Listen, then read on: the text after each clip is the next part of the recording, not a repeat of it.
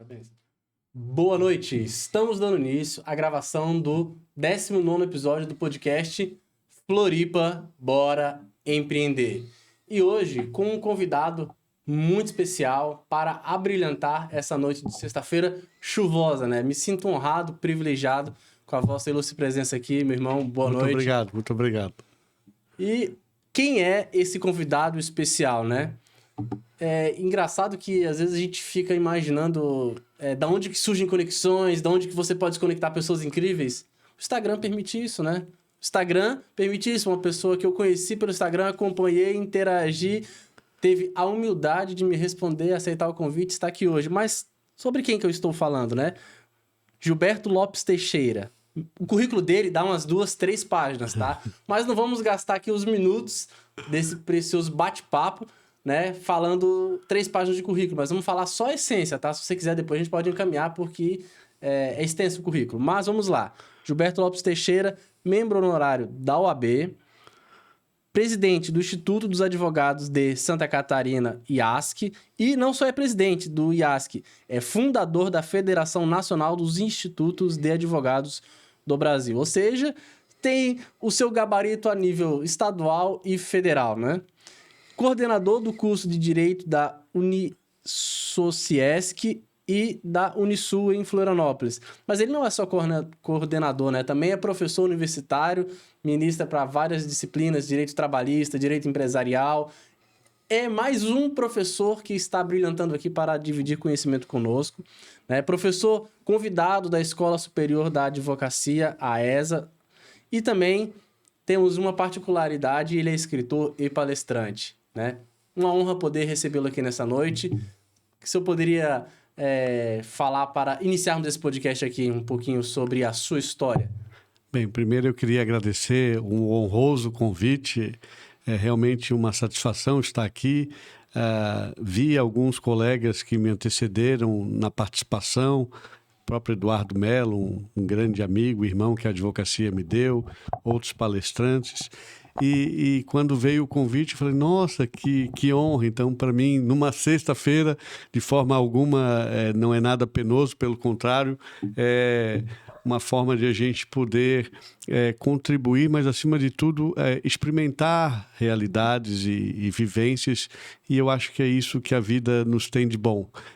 Pessoas inesquecíveis e momentos especiais. E esta noite é um desses momentos. Olha, para mim, eu tenho certeza, né? Porque uma coisa que eu acredito muito quando você... tem uma frase de um filósofo, pensador, que é Rumi, que ele diz assim, o que você procura também está te procurando. Um grande exemplo que eu acredito disso são as pessoas que eu tenho me conectado. Eu acredito muito em lei da atração, de que quando você está buscando melhorar a si mesmo, você encontra pessoas melhores que você, que também continuam sempre buscando lapidar a pedra bruta, se aperfeiçoar, né? Então, esse é um exemplo bem claro. Hoje temos aqui um grande mestre para poder abrilhantar essa noite. E eu gostaria de fazer uma perguntinha bem indiscreta, já que é ex-professor universitário, já que é membro honorário da OAB, tem uma caminhada jurídica brilhante, mas tudo tem um começo. Por que você começou o curso de Direito? Foi a sua primeira faculdade? Por que você decidiu advogar, fazer o curso de Direito? Olha, em verdade, o curso de Direito foi minha segunda graduação. Eu iniciei com o curso de Letras aqui na Universidade Federal de Santa Catarina, curso de Letras em inglês, português e respectivas literaturas. E quando eu era ainda pequeno, lá para os seus 7, 8 anos de idade, eu costumava juntar as crianças, os vizinhos de casa, e eu morava em casa e tinha uma lousa, um quadro verde, ainda da época do giz, e eu chamava toda a vizinhança e ficava lá ensinando os deveres de cada um deles, tal, e aquilo foi a minha primeira paixão, a paixão de ser um professor por experiência. E aí, ao longo da vida, da adolescência, meus pais são servidores públicos, meu pai é servidor público federal, aposentado, minha mãe servidora pública estadual, também já aposentada, mas minha mãe era servidora do Tribunal de Justiça, então eu cresci dentro do Tribunal de Justiça, né? Dentro do Poder Judiciário, e lá via minha mãe atuando, meu irmão mais velho se tornou advogado. Nesse período eu fui morar fora do país, mas quando volto com uma ideia diferente de nação, uma ideia diferente de sistema, né? E minha mãe até... Meu filho, faz faculdade, vê se vai. Eu falei, mãe, mas faz tanto tempo que eu não estudo, tal. O português já está meio enferrujado. Ah, faz aí o vestibular, vê se dá. E fiz e fui agraciado com a aprovação, né? Depois fiz a graduação de Direito na Unisul, da Pedra Branca, uma das primeiras turmas da Unisul da Pedra Branca, e tive grandes momentos, grandes professores, né? Alguns professores tornaram aí a reflexão da vida, né? O que a gente poderia fazer em determinados momentos, o que a gente poderia fazer para melhorar a situação do bairro, da cidade, do país, né? Quiçá do mundo. E aí vi que o direito é algo que nos segue desde o nosso primeiro dia de vida até o último suspiro. Tinha que ser ensinado nas escolas, né? Noções básicas de direito. E acredito que talvez isso tenha sido uma grande falha, um grande retrocesso da educação brasileira. Antigamente nós tínhamos as disciplinas que davam civismo, que davam a nossa experiência de respeito à pátria amada, né? Tinha aquelas disciplinas OSPP, Organização Social e Política do Brasil, Educação Moral e Cívica. Era ensinado a cantar todos os hinos da pátria, né? Hino à bandeira, todos. Eu estudei num colégio na minha tenra infância, Alferes Tiradentes. Aí tinha a diretora, a dona Olga, e acordávamos, íamos para a escola, cantávamos o hino da independência, o hino da bandeira, continência. E aqui não estou falando de um regime pós-militar, eu acho que a crítica não é nesse sentido, mas pelo contrário, a crítica é que a disciplina nos melhora, a disciplina nos cria foco, a disciplina nos mentaliza para bons caminhos, e talvez nos dias de hoje a falta de disciplina, a falta de um olhar condicionado para os objetivos da vida pessoal, profissional, talvez tenha auxiliado nesse caos que a gente passa nos dias de hoje, né? Freud tem uma frase muito interessante.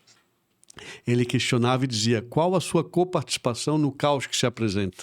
Então a gente tem uma maneira de falar: não está bom, está ruim, eu não gosto, a cidade é horrível, o país é horrível, o povo é horrível. Ok, beleza. Em isso sendo verdade, qual a sua coparticipação nesse caos? O que você faz para contribuir que esse caos permaneça, né?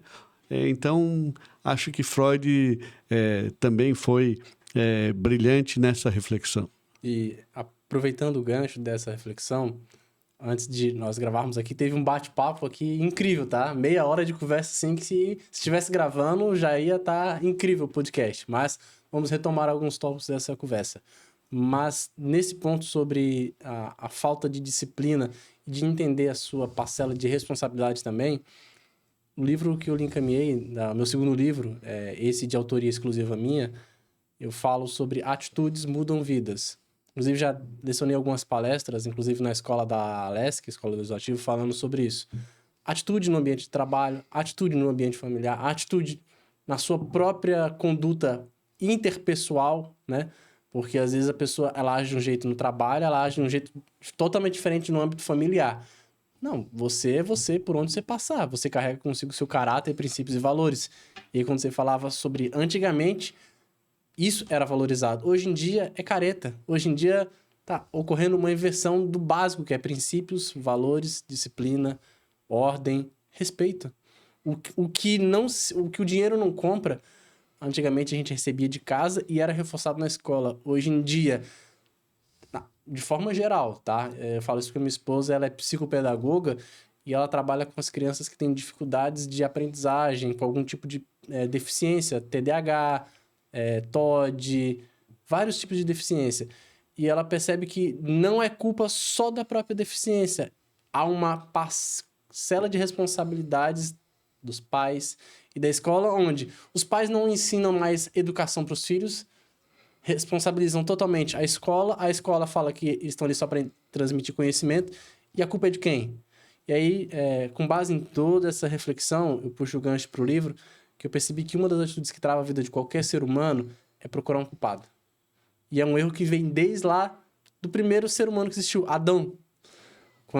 Contextualizando, quando Deus criou... Não estou falando de religião, estou falando de história. Sim. História da humanidade. Quando Deus criou Adão e Eva, criou o paraíso, foram os primeiros humanos, ele falou, vocês podem reinar sobre tudo e todos, comer tudo que tem aqui, menos aquela árvore. E aí vem a famosa... Quem não é cristão vai reconhecer. É a árvorezinha do iPhone. Tá tampada a capinha aqui, né? Mas vem dali, tá? Se você não conhece, é um baita de um brand para mexer com o inconsciente do ser humano. E Eva foi lá e comeu, deu para Adão, mas Deus disse para Adão, não coma desse fruto e transmita essa ordem para a mulher. Eva comeu, deu para Adão, e quando Deus foi cobrar, ele cobrou de quem? Adão, por que você comeu? Ele, não, foi a mulher que tu me deu. E aí já começou esse vício de procurar um culpado na humanidade que tá aí até hoje. E eu entendi, e escrevi isso nesse livro, Atitudes Mudam Vidas, que a vida de qualquer ser humano cresce quando ele começa a substituir a palavra culpa pela palavra responsabilidade. Não vai existir, em hipótese alguma, para qualquer coisa ruim que aconteça ou qualquer coisa boa que aconteça na sua vida, alguém que vai ter 100% de responsabilidade e alguém que vai ter 100% de culpa. Então você tem que analisar qual foi a minha parcela. No direito a gente aprende que nós somos responsabilizados por ação e por omissão. Então, só a título de abrilhantar a conversa, eu aprendi isso e queria te perguntar, faz sentido isso que eu tô falando? É sempre culpa do governo. Muda presidente, muda governador, muda prefeito, muda os vereadores. Os problemas continuam. A culpa é de quem? Será que não tá na sociedade? Que não tá fazendo a sua parte? A gente precisa lembrar algo que é basilar. As pessoas que lá estão foram colocadas por nós, né? Nós, eleitores, nós colocamos, nós, a cada 4 anos, decidimos quem são os vereadores, quem são os prefeitos, quem são os governadores e o pior, quem é o presidente, né? Eu digo o pior por quê? Porque está todo mundo hoje, nós estamos vivendo momentos difíceis que eu digo que é polarizado. Ou você é Lula ou você é Bolsonaro. E o ser humano não se define em 2 vertentes apenas. Nós somos uma infinidade de coisas e de valores, de sonhos, né? Volta um pouquinho na sua reflexão quando você fala, não, hoje valores e princípios estão deturpados, estão diferentes. Nós podemos negociar horário, nós podemos negociar a comida que nós vamos comer, a roupa que nós vamos vestir, mas princípios e valores devem ser inegociáveis, né?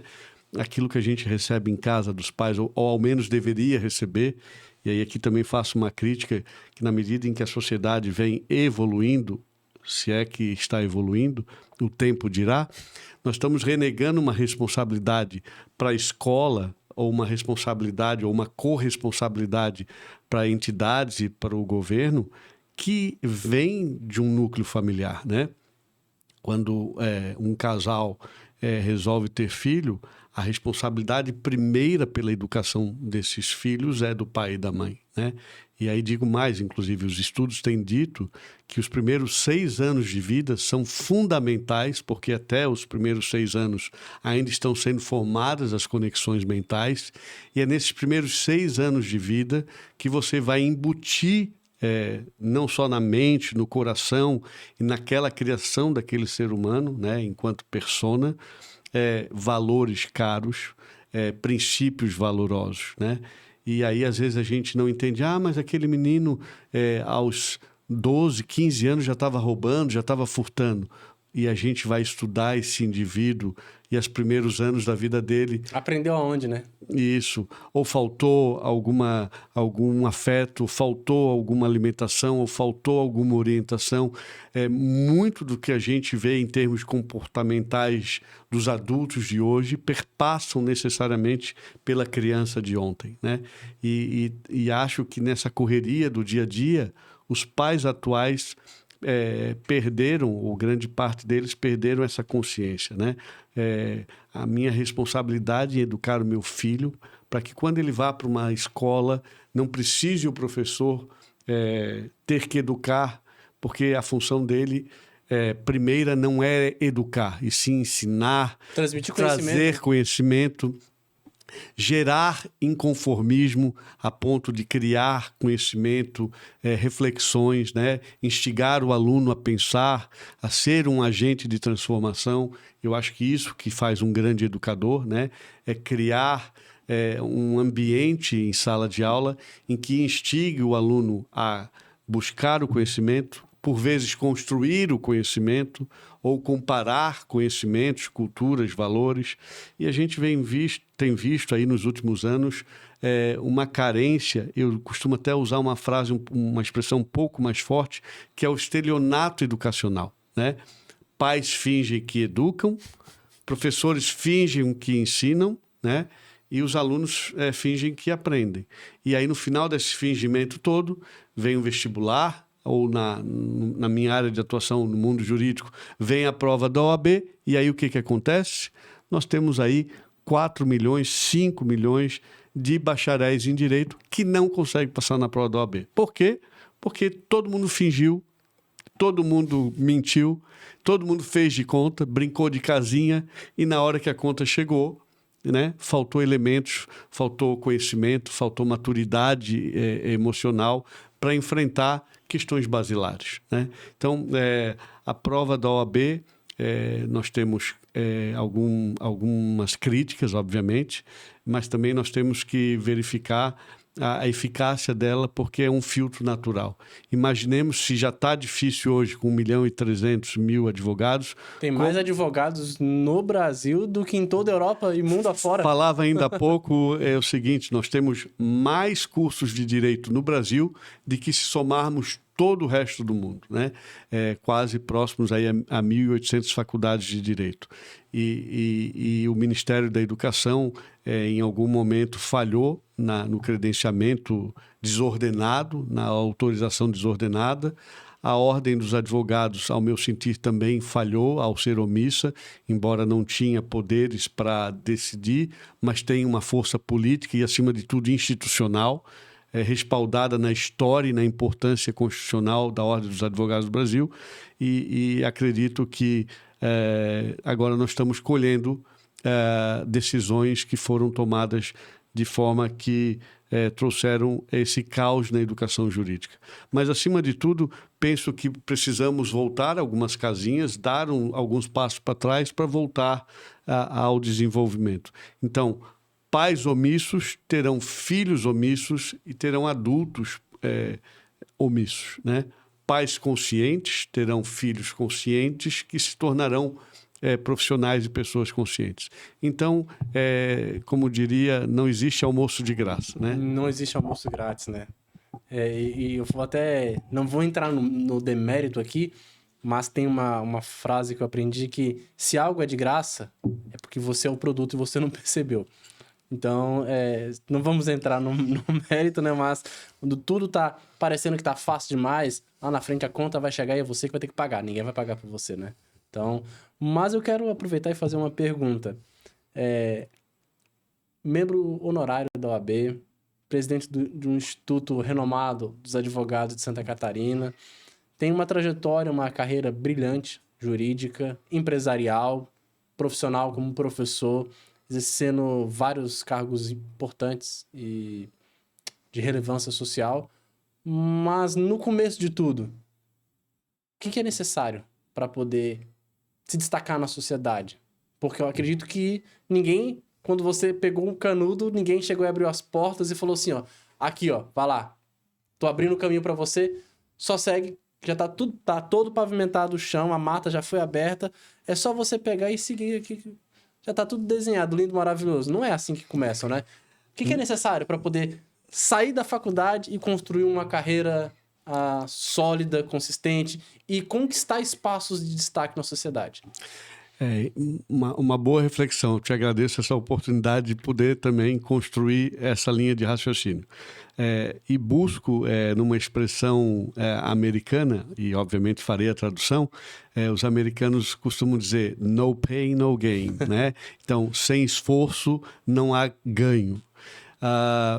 E também quero aqui deixar pré-fixado que ninguém busca o sucesso, ninguém busca o respaldo da sociedade como meta. Isso é ou deve ser uma consequência. Então, eu costumo dizer que, enquanto meus amiguinhos na adolescência jogavam futebol, eu ficava em casa estudando. Eu sou da época que se estudava fita, ouvia fita de inglês, fazia exercícios de inglês, né? Então, aos 18 anos eu falava fluentemente inglês antes de ir para os Estados Unidos. E autodidata? Autodidata. E meus amigos, até hoje, aos 50 anos, estão estudando inglês porque não conseguem sair do to be, né? E com todo o respeito, não, né? Eu tô rindo aqui, não desrespeitando ninguém. É porque aconteceu o mesmo comigo. Eu sou autodidata, falo fluente e cheguei a trabalhar, inclusive, na Infraero, naquela recepção. E o pessoal falava, você é americano? Você fala inglês também? Eu falei, não, eu sou brasileiro. No way, não brinca comigo. E essa foi uma experiência bacana também, porque aí, aos 18 anos, aos 17 anos, quando entrei na faculdade de letras, depois de um ano deu uma greve na Federal, para variar essa história triste de greves em federais, e aí, passados 6 meses, nada de voltar para a aula, eu falei, não vou ficar aqui perdendo tempo, sem fazer nada, eu vou para os Estados Unidos. E fui para os Estados Unidos. E lá eu tive essa oportunidade de iniciar a minha vida profissional. Entrei num restaurante, e isso não me sinto em nenhuma forma com demérito. Entrei como limpador de prato e certo dia lá, fazendo uma limpeza próximo de uma mesa de reuniões, o chefe perguntou, e aí, Gilberto, o que você tem a dizer? E eu falei, não, eu acho que vocês estão generalizando. Ele olhou para mim e falou, mas como é que você sabe essa frase generalizando? Eu falei, ué, uma frase normal, tal. Não, mas como se os outros brasileiros não sabem falar isso, tal? Eu falei, não, mas é que no Brasil eu estudo inglês desde os 7 anos, tal. Mas você sabe escrever em inglês? Eu falei, claro, eu sei escrever. Não, mas os brasileiros daqui só falam e ainda falam... Falei, não, lá no Sul a gente estuda inglês e tal. Aí senta aí e faz a ata da reunião. E aí eu sentei, obviamente que algumas palavras não eram familiares, mas o inglês corriqueiro saiu bem e tal, eu fiz a ata e ele falou, a partir de amanhã você começa a trabalhar em outra função, né? Então percebam que aquele tempo todo que eu investi no inglês gerou, obviamente, uma reação de que numa oportunidade, e a vida é feita de oportunidades, e se falarmos de universo, se falarmos de religião, nada acontece por acaso, e eu gosto quando Deus se veste de acaso, né? E aí estava eu no lugar certo, na hora certa, com a pessoa certa, que me deu a oportunidade, e a vida é feita de oportunidades, e por isso que eu digo a você que nos ouve, que nos prestigia, se você tem a possibilidade de estender a oportunidade ao próximo, faça, porque as pessoas não chegam em lugar nenhum se outro não der uma oportunidade. Por mais brilhante que você seja, por mais autodidata que você seja, nós estamos onde estamos porque alguém, em algum momento da sua vida, estendeu a mão e disse, vem que eu vou lhe dar a oportunidade. Queira seu pai, queira sua mãe, queira seu vizinho, queira seu professor, seu primeiro empregador, queira sua primeira namorada, alguém lhe deu a oportunidade para que você construísse o seu caráter, para que você começasse os primeiros passos, né? Então, eu quero dizer que não é fácil. Para que a gente chegue aonde a gente imagina, nós temos que abrir mão do lazer, do conforto, das horas com os amigos. Nós temos que estudar. Eu vejo que nós passamos por uma crise, hoje ninguém mais quer ler. Você pergunta para os alunos, olha, eu quero que vocês leiam um livro. Pô, professor, mas dá um resumo, ou vai para a internet, vai no ou chat GPT e pega lá Ctrl-C, Ctrl-V, sabe?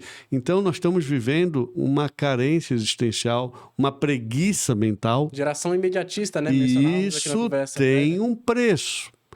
Isso trará um preço muito caro para a humanidade. Isso trará um preço muito caro para você enquanto profissional. Ninguém mais lê os clássicos, ninguém mais sabe quem é Aristóteles, quem é Sócrates. Ah, professor, mas esses caras já morreram há muito tempo. Eu sei, mas toda a base da civilização passa necessariamente pelas reflexões desses clássicos. Nós estamos vendo que pessoas que hoje estão desenvolvendo teses, metodologias, bebem da fonte do conhecimento. Passam pelos clássicos, né? Ou pela literatura, ou seja lá, a doutrina. o direito comparado. E eu vejo a pressa, os alunos estão com pressa em tudo. É pressa no comer, é pressa no estudar, é pressa no se formar, é pressa para ir para o mercado de trabalho, é pressa para fazer sustentação oral. Com todo o respeito, para que você faça isso, né, nos Estados Unidos, para você fazer uma sustentação oral na Suprema Corte, primeiro que não é qualquer advogado. Você precisa ter anos e anos de experiência, você precisa se gabaritar. Lá eles levam a sério o que aqui tá na legislação, que é pré-requisito para ocupar alguns cargos, mas não é tão levado a sério isso, né? Notório saber jurídico. Não se constrói notório saber jurídico do dia para a noite, né? É preciso ter a barriga roçada no balcão, é preciso ler a doutrina, é preciso trocar conhecimento com colegas, com magistrados, defensores públicos, Ministério Público. Então eu vejo que nós estamos vendendo uma profissão que não existe nas redes sociais. O direito não é TikTok, me perdoem vocês que gostam de redes sociais. O direito não é a dancinha da garrafa nas redes sociais. O direito não é ostentar BMW, Mercedes, carros, roupas de marca, viagens internacionais. O direito não é nada disso. O direito é você numa biblioteca, seja ela virtual ou física. O direito são conexões, o direito são relacionamentos, o direito é a criação de tese, síntese, antítese, beber novamente. Eu preciso sempre reforçar, beber dos clássicos, né? Se você não passar por isso, se você não passar por essas dores, se você não passar por esses momentos de cognição, de reflexão, o seu caminho jurídico vai ser mais difícil. Talvez você fique no meio do caminho, talvez você nem entre no caminho, você fique entre os 4, 5 milhões de bacharéis em direito. Então, nós que somos operadores do direito, nós que somos professores, nós temos essa responsabilidade social de dizer ao nosso acadêmico, né? Que legal que você passou no primeiro grau, no segundo grau, que legal que você vai fazer a universidade, que legal que você passou no vestibular, na prova da OAB. Mas é uma caminhada sem fim. O conhecimento é uma construção sem fim, né? Eu só sei que nada sei, né? Uma frase clássica. Ou seja, quanto mais eu estudo, mais eu tenho conhecimento da minha ignorância, mais eu tenho conhecimento de que eu tenho que ter a humildade acadêmica, a humildade de ouvir o próximo, ler os livros, ler essa construção do conhecimento. E eu penso que nós estamos nesse imediatismo, né? Todo mundo buscando os seus 5 minutos de fama. A fama não tem que ser algo que você procura. A fama tem que ser algo que, quando você menos espera, bate na sua porta e fala, chegou a sua vez. E tem pessoas que passam a vida inteira e não vai chegar. Né? E está tudo bem. Eu costumo dizer... Isso é difícil de aceitar, né? De entender. Tem um poema que atribuem ao Pedro Bial, que é o Filtro Solar. E lá pelas tantas ele fala, as pessoas mais interessantes na minha vida que eu conheci não sabiam o que fariam aos 40 anos de idade, né? E está tudo bem. Nós somos aí uma infinidade de possibilidades, né? Eu costumo dizer, para um fato nós vamos ter N reações. Numa sala de aula com 40 alunos, se eu falar, olha, a faculdade está em chama, vai ter aluno que vai sair correndo pela porta, vai ter aluno que vai se jogar pela janela, vai ter aluno que vai ficar sentado chorando, tem aluno que não vai conseguir falar, tem aluno que vai desmaiar, tem aluno que vai urinar. Então, as pessoas são diferentes, as pessoas reagem de forma diferente e talvez isso seja o bonito da vida, né? Nós entendermos o outro de forma diferente da gente. E essa relação, essa ambiguidade, essa divergência de comportamentos e de forma de ver a vida é que pode ser o sucesso da humanidade, né? O respeito ao próximo. 2 termos hoje em voga, que é o empoderamento e o pertencimento. Mas para que você se sinta empoderado, você precisa fazer a sua parte. Você precisa estudar, você precisa se dedicar, trabalhar. A juventude que vem aí é aquela juventude que na primeira dificuldade desiste. Ah, não, eu não quero mais o curso de Direito porque eu estou achando muito difícil. Mas o que você vai fazer? Não, eu vou ficar em casa, vou dar um tempo, eu vou fazer uma viagem sabática. Mas calma aí. Com 20 anos não se faz viagem sabática. Começa e não termina nada. Isso, sabe? Então... Pessoas de sucesso, no meu primeiro livro, que eu estudei durante... Já tem uns 9, 10 anos que eu venho estudando cases de sucesso em qualquer área da vida. Cinema, esporte, política, empresários que estão na lista da Forbes, eu sempre fui curioso. Tanto que o capítulo que eu escrevi no primeiro livro é Sucesso versus Fracasso. Qual é a diferença? E a primeira diferença que eu notei não é a origem familiar, não é o quanto que você tem no bolso, é o que é sucesso para você. E sucesso deixa pistas. Hoje em dia já existe um livro chamado Modelagem, mas na época que eu comecei a estudar não tinha. Eu fui descobrir isso por acaso, que é o sucesso deixa pistas.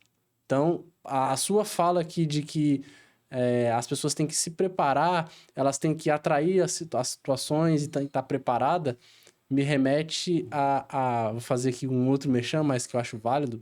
Quem aqui conhece, talvez, ouvindo esse podcast, a história de Davi e Golias, é um clássico. Davi teve sorte de uma pedrinha acertar num local aleatório na cabeça de Golias? Será que ele teve sorte? E aí no livro eu menciono que, estudando todos os cases de sucesso, desde o passado até os recentes, eu criei uma fórmula do sucesso, que é sucesso é igual a sorte mais atitude.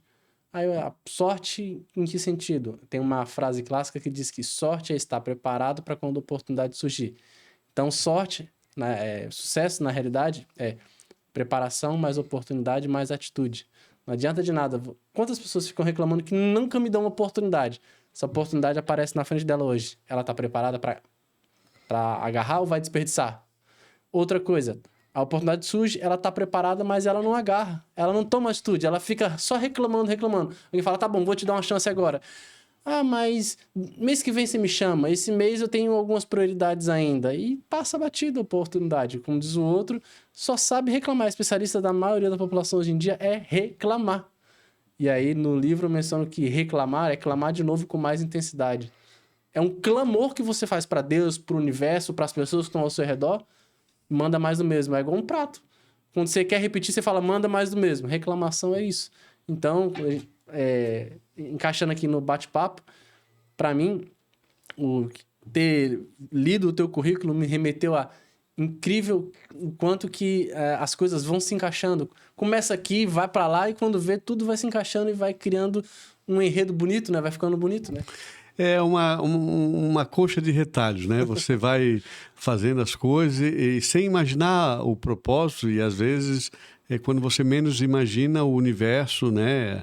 A espiritualidade dá seu jeito e você... e agora eu começo a entender as coisas, né? E eu acho que o bonito da vida é justamente isso, é não se importar para o fim, aonde nós vamos chegar, mas se importar com a caminhada, né? Se importar em ajudar o próximo em todas as vezes que a vida vai nos dar essa oportunidade. E vai nos cobrar isso também, né? A lei da atração, a lei do universo, né? De fazer o bem e receber o bem. Quem faz gentileza, recebe gentileza. Quem faz o mal volta a você. Não tem algo que não existe diante dessas forças, né? A física já nos ensina há bastante tempo. Mas eu percebo assim que nós estamos vivendo essa era da modernidade aí, do virtual. Nós criamos um mundo paralelo, né? Um mundo que não tem dor, um mundo que todo mundo tem roupas bonitas. Que todo advogado é bem-sucedido, todo milionário. Advogado dirige seu carro importado, todo advogado tem dinheiro para ir para grandes restaurantes, comer pratos finos, fazer viagens internacionais. Mas onde estão as dores da advocacia? Onde é que estão os nãos, as liminares que são recusadas, os juízes que não entendem o que você escreve? Onde está o cliente que reclama, o cliente que perdeu a ação? É preciso que, no mundo jurídico, a gente mostre que existe mais dor, existe mais erro do que acerto, né? E deixa eu aproveitar e nesse contexto aqui, é uma das perguntas que eu tinha feito, para o jovem advogado que está começando agora lá nas suas primeiras fases de direito, ou para aquele jovem advogado que vai ser já um advogado júnior logo em seguida, vai fazer o exame, ou já fez a 9ª fase e já conseguiu êxito na aprovação do exame da ordem, que conselho você daria para que não gerasse uma frustração e também apontasse para um direcionamento? O que você precisa fazer para além de um conselho acadêmico, mas um conselho para a vida? Porque aqui a gente mencionou em outros episódios que todo advogado, ele é um empreendedor. Só não percebeu isso e a faculdade às vezes não ensinou. Vai para além do conhecimento de sala de aula. Que conselho o senhor daria para quem está nos assistindo aqui? Existe um jurista uruguaio famoso, Eduardo, e ele fala os 10 mandamentos da advocacia. Isso eu não conhecia. E o primeiro mandamento é estude, né? E não adianta, nós não temos para onde ir. Se nós abrirmos um corpo humano, a gente sabe, em regra geral, aonde fica o coração. E daqui a 10, 20, 30 anos nós vamos abrir, o coração vai estar no mesmo lugar. O direito, infelizmente ou felizmente, não é assim. A lei positivada que nós temos hoje, daqui a 5 anos já não é mais. Daqui a 10 já não é mais. Eu costumo falar para os meus alunos, quando eu decorei a CLT ou quando eu entendi a CLT, que eu tava entendendo, né? Já podia ir lá e falar o que o artigo 2º, o que o artigo 3º faz, o artigo 9º, a nulidade e tal. Vem a reforma trabalhista e muda mais de 100 artigos. E é isso que encanta o direito, ou seja, o estudo continuado. Então, a primeira dica que eu diria aos acadêmicos, ao jovem advogado, tenha como meta primeira o estudo. Tenha como outras metas. Fazer o estudo um hábito, né? Um hábito. Todo dia você tem que ler alguma coisa nova ou aquilo que você quer se dedicar, né, à especificidade do direito, né? Eu gosto de erro médico. Estude todo dia alguma coisa sobre erro médico. Não precisa ler todo dia. Não quer ler? Converse com o médico, converse com outros advogados do erro médico, converse com juízes, promotores, defensores públicos que tratam desse assunto. Veja em YouTube, veja um podcast, mas tem aí uma lição dos 18 minutos diários. Se você gastar 18 minutos diários em um ano, você se torna expert naquele assunto. Estamos falando de 18 minutos de uma realidade de 24 horas. Então perceba que não é muito, né? E por que eu digo isso? Porque não basta ainda você adquirir o seu conhecimento. Ok, o que fazer com ele, né? Aí vem a segunda dica. Você tem que usar o seu conhecimento para o bem, para algo ético, para algo correto. Não tente ludibriar a pessoa, não tente enganar o seu cliente, enganar o juiz. Você pode enganar a primeira vez, você pode enganar a segunda, mas chega uma hora que a mentira não se sustenta. Chega a hora que essa personagem que você tenta criar não se sustenta. A máscara trinca, né? Cai. Exatamente. Então, obviamente que nós temos aí, desde a época do teatro romano, a possibilidade de nós vestirmos máscaras no dia a dia. Então, quando você vai falar com o seu cliente, obviamente que você vai passar uma ideia de sobriedade, uma ideia de segurança. Quando você está em família, você pode, obviamente, botar a máscara do doente familiar, brincalhão. Então, você ter essa consciência de que cada ato, cada fato da sua vida, você vai escolher uma postura, né? E aí eu acho que algumas pessoas se perdem na postura do novo advogado. O novo advogado não precisa falar uma linguagem... O juridiquês, né? Mas é importante que ele saiba escolher bem as palavras. Só as palavras em latim aí também não dá, né? Mas que ele trate bem o vernáculo, né? E com todo respeito, a língua portuguesa, algumas pessoas usam a língua portuguesa ou criam frases, ou criam expressões, ou criam palavras para defender ideologias. Tá tudo bem, não sou eu que vou dizer que sim nem que não. Mas enquanto advogado, você tem que ter respeito à língua portuguesa, saber se portar perante o seu cliente, perante um juiz.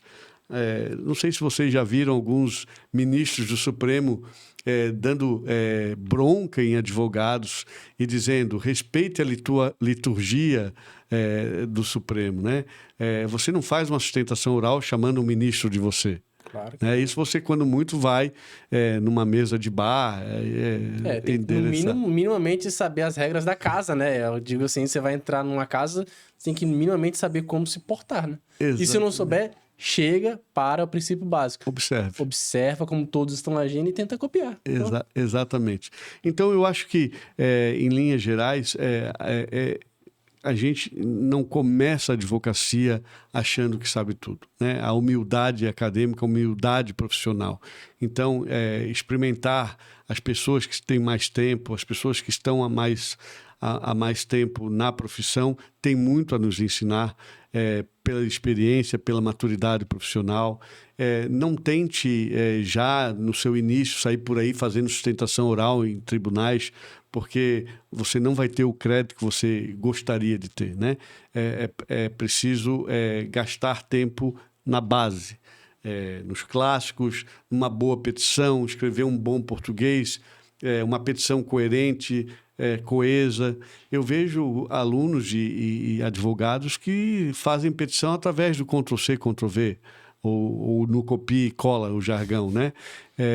Mas faz aí uma petição. Não, mas eu tenho que ir para o computador. Não, ele tem que ir para o computador porque ele não consegue fazer uma linha de raciocínio concatenada, com início, meio e fim, com argumentação, a causa de pedir, porque ele nunca fez, porque ele passou a faculdade inteira.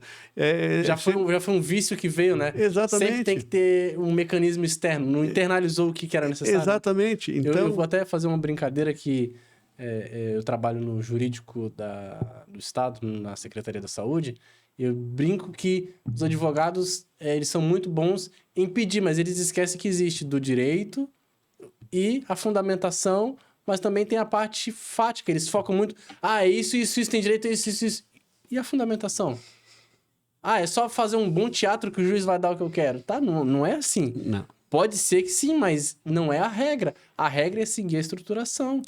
O que eu quero, qual é o fundamento e deixar claro, tem um fundamento, eu tenho um direito, o que eu quero e eu posso acessar porque tem uma norma que me garante esse acesso. Aí você junta a história para poder contextualizar, fechou. Introdução, desenvolvimento e conclusão. Isso é básico, vem desde a época da escola, né? Uma redação tem que começar a introduzir, desenvolver e concluir.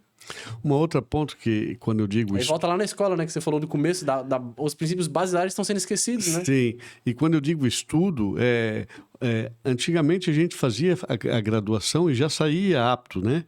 Mas hoje em dia as informações são tantas, né? A especificidade é tanta, a tecnicidade é tanta, que eu também aconselho fazer uma pós-graduação, um mestrado, um doutorado, participar de palestras, congressos, ler, escrever artigos, publicar livros. Tudo isso traz uma maturidade intelectual, tudo isso auxilia na construção do seu nome, né? E aí que uma outra coisa importante.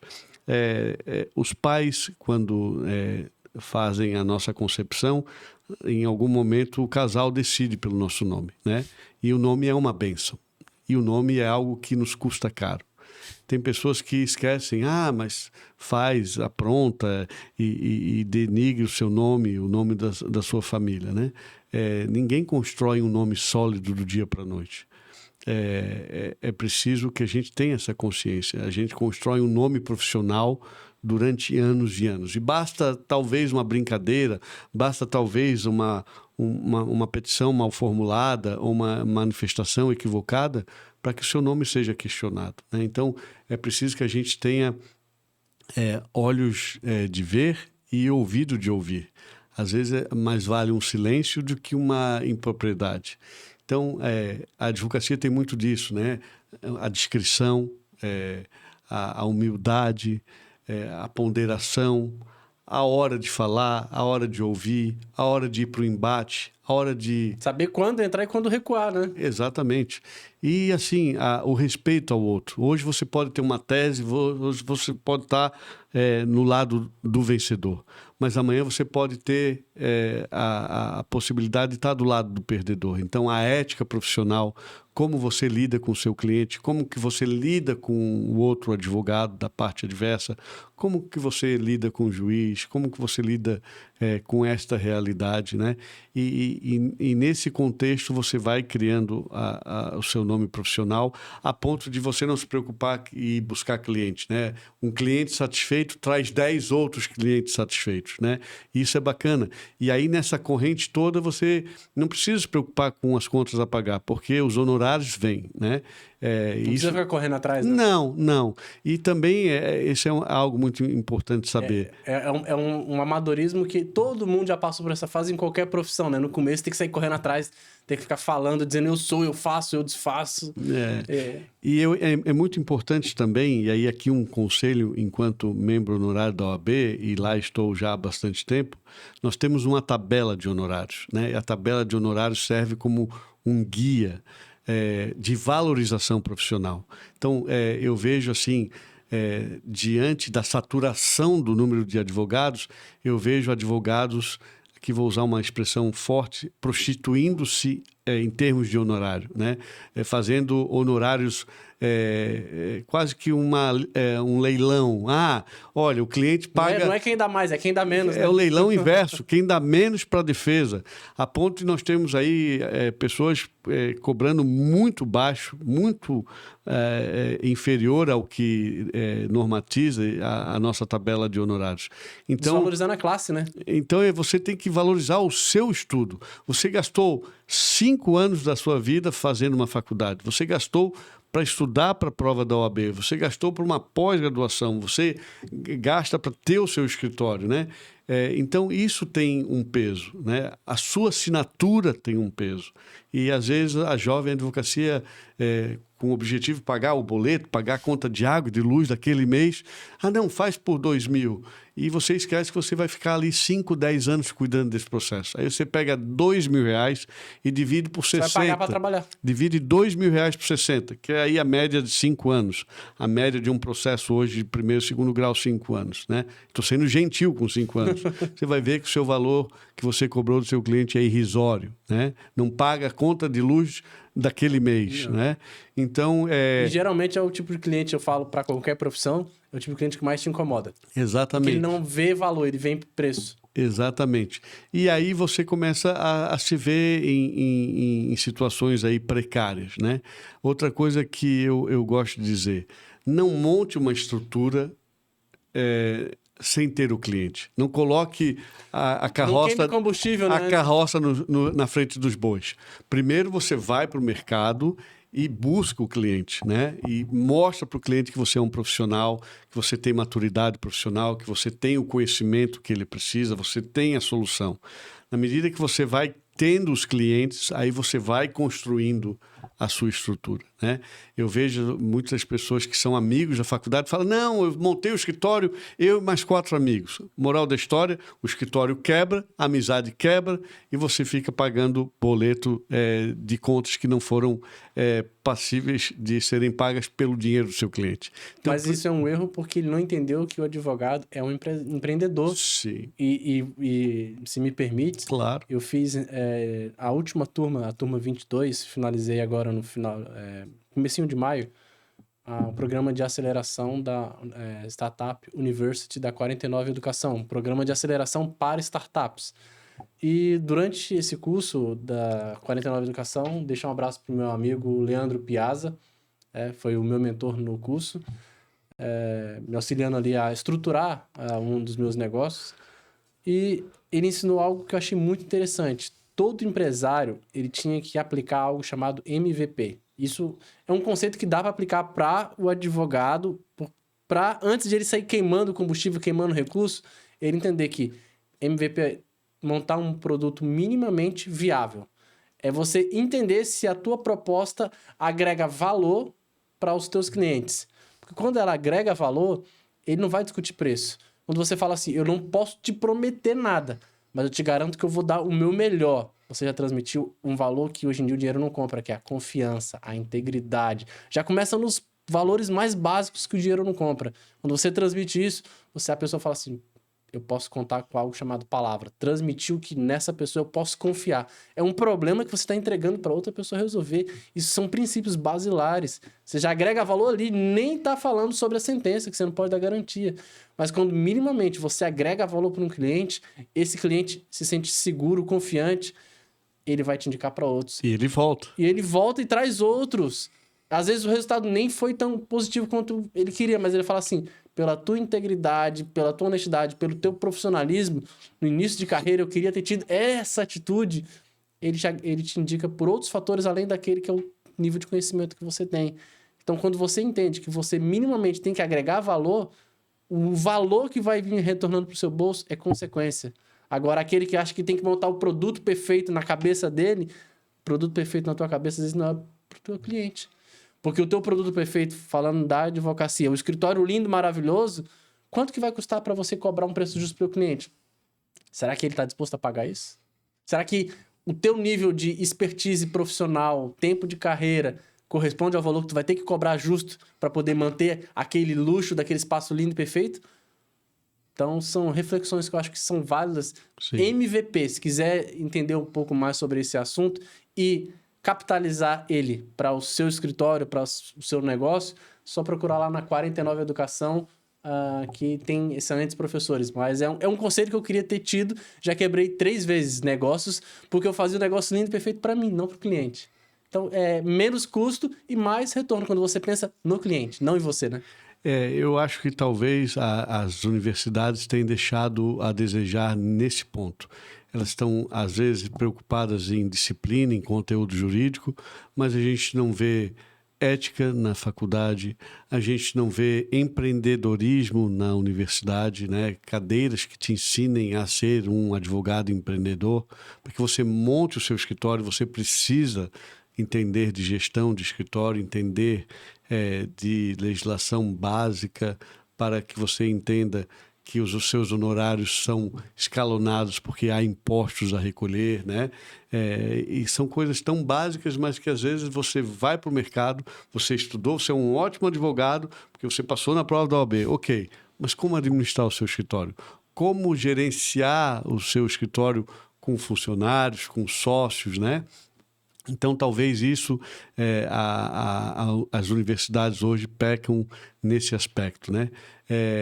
Eu tinha um presidente do Instituto, nosso comendador, Dr. Carlim, e ele teve mais de 52 anos de profissão como advogado trabalhista. Hoje tem 22 anos, né, de advocacia. Isto. E ele disse, doutor Gilberto, eu fui expulso da advocacia pela tecnologia. Por quê? Porque ele era daquele advogado que peticionava no papel, na época do processo do papel. Você que é novo, talvez você não saiba isso, mas o processo antes era o processo em papel, em folha A4, e aí de uma hora para outra veio o processo de peticionamento eletrônico e hoje nós temos os processos virtuais. E ele, pela idade que tinha, não sabia mexer no computador, não sabia peticionar, e aí aos poucos ele foi largando a advocacia, né? E hoje, ele já faleceu, mas hoje ele não advogaria mais. Por quê? Porque não sabe lidar com os meios tecnológicos, né? E aí a gente vai vendo, um tribunal usa uma certificação, um usa o PJE, o outro usa o EPROC, e isso custa dinheiro, isso custa conhecimento tecnológico, né? Então também isso eu diria ao advogado jovem que nos ouve e nos vê. Invista na tecnologia do seu escritório, invista no conhecimento de produtos e processos, né? Porque senão você tem o direito, mas não sabe como internalizar isso, né? Deixa eu fazer uma perguntinha. Tens algum problema se a gente estender um pouquinho? Não, de forma. Depois eu acerto aqui com vocês, tá? Porque a conversa tá tão boa que, assim, tem pessoas que a gente conhece hoje, mas parece que já conhece há anos. A conversa tá fluindo aqui e eu quero extrair o máximo com os outros, até o bagaço da cana, né? Pra poder... eu aprendo e eu acho que pelo menos alguém que tá assistindo aqui vai extrair também ensinamentos desse grande mestre aqui. 22 anos de advocacia... E lá atrás mencionasse sobre as coisas não acontecem da noite para o dia, falando sobre a reputação, sobre criar um nome. O Jim Rohn, tem 2 grandes mestres que eu aprendi bastante com eles. Jim Rohn é um deles, ele diz o seguinte: o sucesso é o que você atrai pela pessoa que você se torna. Cada nível de conhecimento, de atitude, de habilidade que você melhora, você transmite isso para a sociedade, essa melhoria retorna para você. Você melhora, entrega o seu melhor para a sociedade, essa melhoria volta para você. E não o contrário. Quando você busca ser o melhor, você dá o seu melhor, o melhor retorna. E não o contrário. E nesses 22 anos de advocacia, juntando a essa busca de melhoria contínua, Warren Buffett diz: 20 anos para construir um nome, uma reputação, 5 minutos para perdê-la. Quando você entender isso, você entendeu tudo. Então, por que eu tô falando isso? Não foi da noite pro dia, foi uma construção feita e eu queria tirar uma curiosidade. Parte dessa construção, de onde que você teve a ideia de dar início a um Instituto dos Advogados? Foi uma sugestão de alguém? Percebesse, mapeou uma necessidade que havia no mercado, né? Que eu digo assim, precisava de ter esse instituto e qual a função que o Instituto propriamente dito executa? Então vamos lá, é uma boa reflexão a fazer, até porque eu tenho visto que muitas pessoas se você quer chegar a tal lugar, você precisa saber de onde você vem. Você precisa saber a sua história. E se a gente perguntar para os advogados de Santa Catarina se eles sabem o que é o Instituto dos Advogados, muitos deles não sabem. Né? Vamos descobrir aqui agora, então, né? Nós vamos fazer um recorte bem legal para... Vamos fazer um recorte histórico. Santa Catarina, na década de 30, tinha 155 advogados habilitados para funcionar como advogados. Só que eles eram vinculados à OAB do Paraná, que é uma OAB mais antiga. E aí, um grupo de juristas, liderado por Acácio, doutor Acácio, em 1º de novembro de 1931, funda o Instituto dos Advogados de Santa Catarina. A primeira, portanto, a mais antiga associação de advogados do nosso estado. Mais antiga que a seccional do AB? Mais antiga. Uau. 1º de novembro de 1931. No ano seguinte, dia 11 de fevereiro de 1932, o Instituto auxilia na implantação da primeira faculdade de Direito no nosso estado, que ficava próximo ao centro, próximo ao Instituto Estadual de Educação. No ano seguinte, em 1º de janeiro de 1933, o Instituto funda a OAB. Então, o Instituto é tido como a célula materna da advocacia. Eu não conhecia, tá? Fiz direito na UFSC e não sabia dessa particularidade. E aí, o que acontece? Este movimento aconteceu em todos os estados da federação. Então, primeiro nasce o Instituto, é fundado o Instituto, depois as faculdades de Direito e aí, obviamente, vem a OAB, né? E aí a gente percebe que esse movimento faz com que, ao longo da evolução, o Instituto fique sendo o braço cultural e histórico da advocacia, enquanto a OAB se torna uma entidade de classe, preocupada com prerrogativas profissionais e preocupada com a essência, a fundamentação constitucional da advocacia como profissão essencial à justiça, né? Então, baseado nessa história, e aí o Instituto, junto com a OAB, ao longo da evolução da nossa democracia e das instituições que são criadas e são sedimentadas ao longo desses anos todos, nós vemos aí o Instituto defendendo causas nobres, tanto quanto defende a advocacia, e juntos fortalecendo as instituições e a democracia republicana. Mas não bastasse isso, nós tínhamos aí, cada estado com seu instituto, nós tínhamos um colégio de presidentes que era reunido pelos presidentes de cada instituto, e aí, quando eu era presidente do Colégio de Institutos dos Advogados do Brasil, eu tive, juntamente com os meus pares, tivemos aí a reflexão de fazer uma Federação Nacional dos Institutos dos Advogados do Brasil, que hoje é a FENIA, da qual eu sou presidente fundador, e lá formamos a FENIA, Federação Nacional, e fomos em busca de uma alteração legislativa no Estatuto da Advocacia, e hoje a FENIA tem assento no Conselho Federal da OAB e lá tem direito à voz, né? Então, é o Instituto contribuindo, obviamente, com o fortalecimento da advocacia, não só estadual, por meio dos seus institutos, mas também de modo federal, por meio da Federação Nacional, né?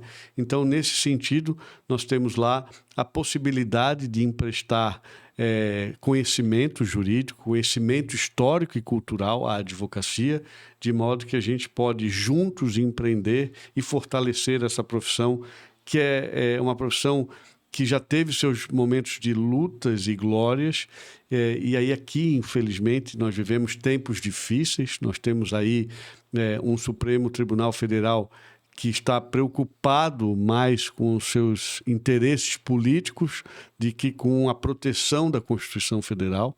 Alguns ministros têm desrespeitado a harmonia dos poderes, têm desrespeitado a história do próprio Supremo, né?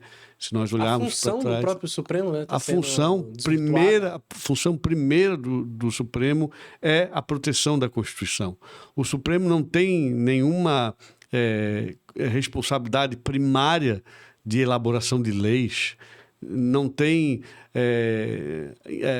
obrigação nenhuma de fazer investigação de inquérito, propor inquérito. Essa é uma atribuição do Ministério Público, né? E a gente tem visto aí, ao longo dos últimos anos, uma interferência, né? Canutilho já dizia, o sistema de pesos e contrapesos, o sistema de harmonia entre os poderes. Nós temos visto muito mais interferência do poder judiciário nos outros poderes do que qualquer outra coisa. Nós temos visto aí ministros, e eu sempre aprendi, e muitos de nós aprendemos, juiz fala nos autos. Esse é um princípio. Juiz fala nos autos, juiz pega a caneta e julga. O juiz não vai para a televisão para falar de processo. O juiz não vai da televisão para fazer comício. Fere a ética, né? O juiz não vai para a televisão para falar de candidato A ou B ou C. Isso não é função de juiz. Ele, querendo ou não, ele acaba exercendo um descompasso, né? E que sinal e que lição esses ministros, ou alguns deles, e aí aqui não seria injusto da minha parte dizer que todos os ministros são assim, não. A maioria dos ministros exerce com um grande mistério a sua função, mas o que me preocupa é quando alguns poucos ministros interferem numa eleição nacional, quando alguns poucos ministros querem ser protagonistas de uma função que cabe ao Ministério Público, quando alguns ministros querem que a legislação brasileira funcione na Itália, porque o filho dele teve um descompasso ou teve um dia difícil. Então, percebam que nós estamos criando aqui factoides, nós estamos criando fake news, nós estamos criando situações que são fomentadas por próprios ministros. Percebam que a Suprema Corte Americana, por exemplo, os ministros são discretos, os ministros não vão para a televisão, os ministros não vão fazer comício. E aqui nós vemos ali alguns ministros querendo aparecer mais que a Câmara de Deputados ou que o próprio senador, os senadores... Ministros indo durante uma Câmara dos Deputados pedir momento, pedir voz para poder se manifestar. Ali não é o local apropriado para ele ter voz. Não, volto a repetir. Ministro fala nos autos. Claro. Né? E para isso tem as relações públicas do Supremo. Né? Então, nós estamos vivendo tempos difíceis, a advocacia está sendo calada, onde já se viu não deixar sustentação oral ser feita no Supremo, onde já se viu caçar palavras de advogados, onde já se viu fazer piadas. Advogado não tem acesso aos autos, né? Sabe? Então nós estamos regredindo. Pessoas deram a vida, pessoas deram suor, lágrimas e sangue para que nós tivéssemos uma democracia. E hoje nós estamos vendo essa democracia ser relativizada. Hoje nós estamos vendo ministros ameaçarem os deputados e os senadores de que, olha, temos processos seus para serem julgados, e sabe, um toma lá da cá. E eu acho que a advocacia precisa voltar a ser protagonista. A advocacia precisa retomar as rédeas da segurança jurídica, né? E nós estudamos que o processo, uma vez transitado e julgado, tem a sua finalidade, né? Nós entendemos também que as pessoas não podem ser privadas do cerceamento do direito de defesa e do contraditório, e a gente tem visto aí julgamentos apressados. Nós temos visto aí que alguns ministros têm feito um desserviço à nação e tem sinalizado, inclusive, à magistratura de primeiro e segundo grau, constrangimentos, né? Decisões que são tomadas com grande estudo, decisões que são tomadas por colegiados, com magistrados de grande experiência, aí a toque de caixa são julgados por um único ministro do Supremo. A regra é colegiada, aí um único ministro derruba decisões de colegiados Tá até como se, além de rasgando a Constituição, tirando o caráter maior que é da jurisprudência, do entendimento, né? Para quê? E a perseguição, magistrados, desembargadores estão sendo agora perseguidos pelo alguns desses ministros a responder processos no CNJ, a responder processos administrativos disciplinares, porque tomaram jurisdição, porque julgaram processos. Para isso servem os recursos, sabe? Então, essa caça às bruxas que nós estamos vivenciando, essa interferência em procedimentos eleitorais, em processos eleitorais, essa deliberação em rede social de mandar excluir contas, mandar interromper manifestações em redes sociais, isso custa caro à democracia, sabe? Então, eu vejo que nós precisamos voltar e entender que a advocacia precisa tomar a rédea da situação, como já fez em tantos momentos da história, e voltar a ser protagonista. E só para contextualizar, falando sobre a advocacia e sobre os primórdios dela, que eu desconhecia do Instituto, qual é a relação propriamente dita entre o Instituto e a OAB, no sentido de... Tem funções... como é que eu posso dizer? Qual seria um seria de criar, institucionalizar e depois a função de mãe mesmo, literalmente, só para resumir, porque eu fiquei com essa curiosidade. Sim, os institutos dos advogados têm servido muito em causas de repercussão geral como amigos da corte. Nós temos nos habilitados em muitos processos com repercussão geral, não só processos que tratam de honorários advocatícios ou de reflexos destes honorários, mas em causas que são de grande repercussão e que demandam um estudo muito aprofundado. Nós temos servido aí com grandes pareceres de grandes juristas, né? Nós temos também auxiliado junto ao Conselho da OAB estadual e nacional com reflexões, com memorandos, com ofícios, de maneira que, fazendo uma analogia, a mãe vendo o seu filho crescer e em determinados momentos vai passando algumas orientações até que o filho tenha sua autonomia e vá navegar por novos mares, né? Assim é o Instituto, assim é a Federação, de mãos dadas com a advocacia para fortalecer a advocacia, não só na parte profissional, na parte ética, mas, acima de tudo, também na parte da cultura, da história. Volto a repetir, se nós não sabemos de onde nós viemos, nós nunca saberemos para onde nós vamos, né? Entender o passado para que a gente possa melhorar o presente e não cometer os mesmos erros do futuro. Então, nesta simbiose jurídica, eu costumo dizer que nós precisamos fortalecer as instituições, não só o Instituto, não só a advocacia, não só a Suprema Corte, que anda aí em passos doentis, mas nós precisamos entender também que, como diria Calamandrei, a advocacia e a magistratura são asas do mesmo pássaro, né? Se uma não vai bem, a outra também não vai bem. E eu vejo aí essa ridicularização que alguns ministros têm dado à advocacia como uma coisa que não é salutar para as instituições. E eu queria até agora, vamos sair um pouco do conceito da advocacia, mas uma particularidade. Você tem uma veia empreendedora, já empreendeu? Porque, assim, eu fiquei curioso com uma particularidade que teve lá no seu currículo. Já teve uma cerveja... foi dono, participou da diretoria, não sei... do conselho? Do conselho de uma produtora de cerveja artesanal. Tens uma veia empreendedora, assim? É a impressão minha...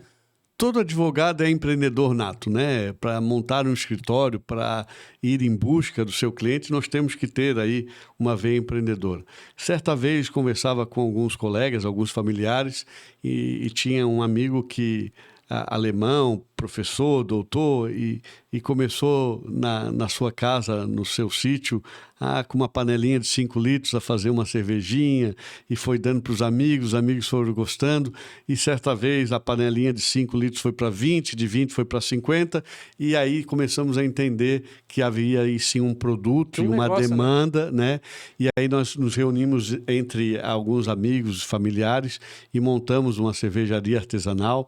Hoje fazemos quase 100 mil litros e ganhando aí muitos prêmios nacionais e internacionais. Veio a pandemia, nós tivemos aí muitos medos, como todos os empreendedores, mas também pudemos doar parte da nossa produção em troca de alimentos, porque algumas pessoas passaram grande dificuldade.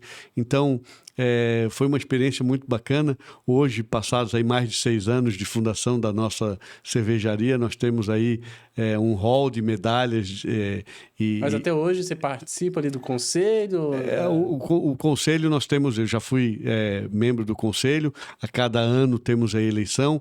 Aí, por conta do Instituto, eu agora estou como membro, mas não participando efetivamente. Consultivo, né? Se precisar... Isto. Mas tem sido uma experiência boa. Ser empresário no país é realmente algo que demanda muita, não só coragem, mas muita perspicácia, muita resiliência, né? Às vezes você faz um planejamento tributário, novas leis todos os dias aparecem, novas atribuições, novas responsabilidades, né? Às vezes o Estado inchado não dá conta da sua responsabilidade e aí joga no colo do empresário, né? E aí aqui, aproveitando também num momento difícil que o nosso estado vizinho passa, o Rio Grande do Sul, rendo aqui as minhas homenagens e a minha solidariedade aos gaúchos que estão passando aí por um momento muito difícil, mas eu vejo também que o Estado não dá conta de tantas atribuições do lazer, da dignidade, do acesso à educação, à moradia, a hospitais, e aí vem a iniciativa privada, vem a sociedade civil organizada neste momento de caos e mostra como que se faz, né? A solidariedade do ser humano, a agilidade da sociedade civil. A gente está desacreditando o ser humano, vem ele e fala assim, não, a gente ainda é humano, né? Exatamente. Então, nós precisamos entender que unidos somos mais fortes, nós precisamos entender que a dor do outro sim impacta na nossa qualidade de vida, sim impacta nessa energia global, né? A gente não pode estar anestesiado com a dor do próximo, né? A gente não pode imaginar que a enchente que está lá no outro estado não nos afeta. Sim, ela nos afeta enquanto humanos, enquanto cidadãos, enquanto pessoas que consomem produtos do Rio Grande do Sul, né? Então, nós estamos numa cadeia global. E isso é a globalização, é entender que a dor do outro, independente do espaço onde ele está, estando no globo, é nossa responsabilidade, né? E por que eu estou perguntando isso? Porque são uma série de... Eu acredito que a vida é uma grande escola, né? E a gente tem que passar por ela entendendo, internalizando o espírito do aprendiz. Contudo, uma frase que mudou minha vida foi entender que tudo que acontece, eu nunca perco. Ou eu ganho ou eu aprendo. E além dos aprendizados do empreendedorismo, você tem uma história para contar de algo que você aprendeu na pele ou passou durante a pandemia, que fez você refletir sobre... Agora, o ser humano está voltando a ser humano, eu digo no contexto social, se voltando para a solidariedade, para a fraternidade em relação aos nossos irmãos ali do Rio Grande do Sul. Talvez esse movimento de solidariedade que estão tendo agora poderia ter ocorrido durante a pandemia, mas não foi tão forte. As pessoas ainda estavam muito assustadas, cada um olhando para o seu próprio umbigo, cada um pensando no eu. Não tinha o nós, né? Mas eu pergunto isso sobre... teve alguma percepção... porque hoje é ex-membro consultivo ali relacionado ao conselho voltado para o Covid-19, né, na OAB? Sim, nós tivemos a oportunidade de ser nomeado pelo presidente da OAB à época para compor o comitê de crise Covid. E enquanto você falava, me ocorreu uma passagem que aconteceu comigo.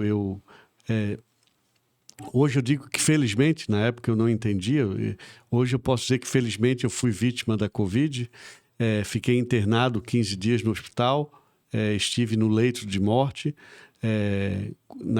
Um dia anterior a ser entubado, eu estava na UTI já há 6 dias, e antes de ser entubado, os médicos chamaram meu irmão. Isso eu estou contando agora porque me contaram depois, mas no momento eu não sabia na época. Não tinha consciência do que estava acontecendo? Não, eu tinha consciência do que estava acontecendo, mas me poupavam do meu quadro clínico que era muito grave, né? E aí chamaram meu irmão e falaram, olha, nós temos um remédio aqui experimental O nome do remédio é Tocilizumab. É um remédio que era usado para casos de artrite, artrose, que não era algo para Covid, né? Até porque tudo era novidade. E aí pediram autorização para o meu irmão para que aplicasse esse remédio em mim. E dali em diante o meu corpo começou a reagir. Mas uma história que me marcou muito e me emociona muito é que todos os dias, de manhã cedo, na UTI, vinha um enfermeiro ou uma enfermeira e tinham que tirar um sangue da artéria, né? Um sangue que não é aquele sangue que a gente tira no dia a dia para fazer exame, mas é um sangue de uma artéria mais funda e dói, mas dói muito, né? E aí todos os dias lá umas 4 da manhã entravam no quarto para tirar esse sangue, para fazer depois os estudos do tanto de oxigênio que tinha no sangue, e aquilo me doía muito no começo, sim, e depois a dor vai nos ensinando, né? E aí eu entendia que todos os dias, quando eu sentia aquela dor, era o sinal de que eu estava vivo, né? E outra lição, quem me fazia isso eram os enfermeiros, e quem me dava o primeiro bom dia era o pessoal da limpeza, né? Então, e aí com todo o respeito aos médicos, com todo o respeito às pessoas que têm função importante no hospital, mas as primeiras pessoas que me davam um bom dia, as primeiras pessoas que me vinham dar a notícia que eu estava vivo para mais um dia de batalha, eram as pessoas mais baixas na hierarquia de um hospital, né? Era a pessoa da limpeza, era o auxiliar de enfermagem, e aí eu aprendi a valorização das funções, né? Aí eu aprendi que todos somos iguais, todos, no final do jogo, vamos para a mesma caixinha, né? Rei e peão vão para a mesma caixinha, e entendi da importância de um faxineiro num hospital, a importância de um auxiliar de enfermagem no hospital, mas acima de tudo eram essas pessoas que me traziam conforto, eram essas pessoas que me traziam alegria, eram essas pessoas que tocavam em mim, não tinham medo de tocar em mim. E na pandemia todo mundo tinha medo do toque, né? E a gente começava a morrer pela ausência da afetividade, a gente começava a morrer pela ausência do amor, né? E eram essas pessoas que me acalentavam, eram essas pessoas que me davam amor. Então hoje, todas as vezes que eu vejo pessoas que estão exercendo uma profissão que não é valorizada, uma profissão que é renegada, são essas pessoas que me interessam, são essas pessoas que me cativam, né? Eu não estou preocupado com o que elas podem me dar ou me oferecer. Eu estou preocupado em como eu posso tocar a vida dessas pessoas. Uau. Essa é a lição que a pandemia me ensinou. Que incrível. Você falando assim, eu fiquei refletindo bastante, porque o meu pai, ele ficou isolado. E quando iam entubar ele, a minha mãe quebrou o protocolo e entrou. Meu pai é suboficial, é hospital militar, então além de ser um hospital, ainda tem mais prerrogativas da ordem, disciplina. Você não pode chegar. Quando um conhecido dela falou: vão entubar o seu esposo. Ela entrou gritando e falou assim: onde é que eu assino? Ninguém vai entubar, eu me responsabilizo pela vida dele. E ela falou: se é pra deixar ele entubado em quarentena, eu levo ele pra casa. Não vou deixar ele morrer lá junto com os outros, porque quando jogar ele lá pra dentro, vai ficar esquecido. Ela assinou uma autorização, levou ele pra dentro de casa, e acredito muito no poder da fé. Toda a família entrou num período de 24 horas, assim, de orando, mandando energia positiva, e da noite pro dia, um quadro que era de morte se reverteu pra vida. Amanheceu bem. E a gente começa a dar valor no simples fato de saber que você é importante pra alguém. O afeto, o carinho, o amor, não deixa pra mostrar depois, entregando uma flor lá no velório. Faz isso enquanto a pessoa tá viva.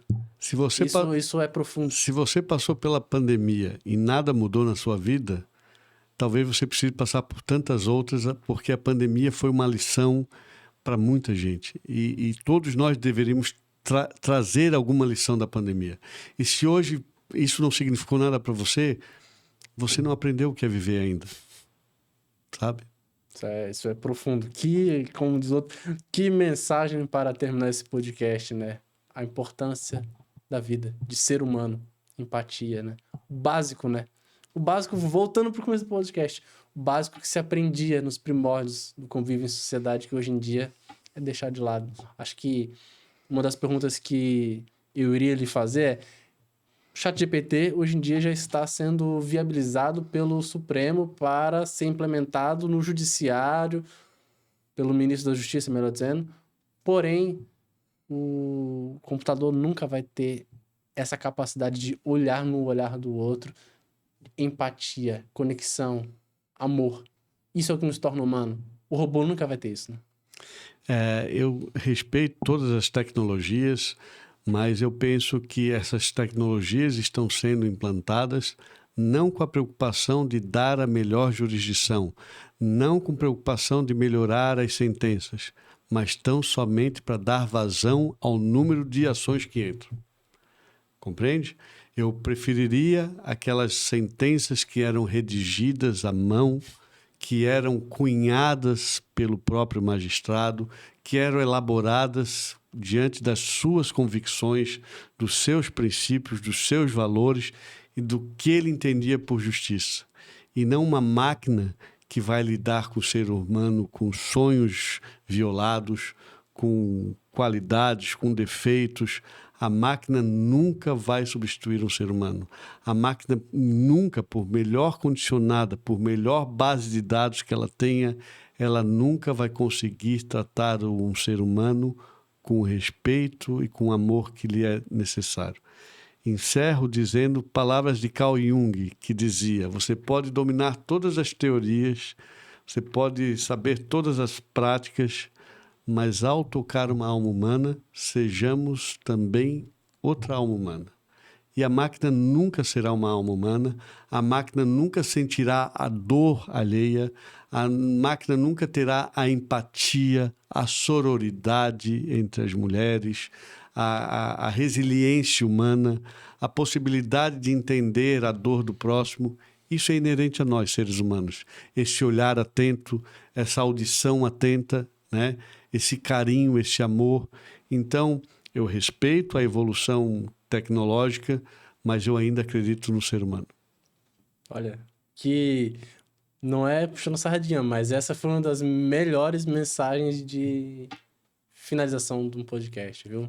Antes de, propriamente dito, encerrar este episódio e fazer um agradecimento, queria deixar aqui um mimozinho de um dos nossos patrocinadores. Já ouviu falar no Thai Club? Não. Nosso patrocinador se chama Alfagá Moda Masculina. Inclusive, nós entrevistamos o idealizador deste produto, dessa empresa, Vitor Fagá. Foi vencedor do Shark Tank Brasil na 7ª edição. Poxa, temos um florianopolitano que é vencedor do Shark Tank Brasil. As pessoas, às vezes, a maioria das pessoas não sabe disso. Com essa solução inovadora, simples e, digamos assim, parece... O que esse negocinho faz, né? Aqui atrás tem dizendo, mas basicamente, vou fazer uma perguntinha. Já foi bater uma foto de gravata e a gravata estava toda torta? Mas acontece muito isso. Vamos lá.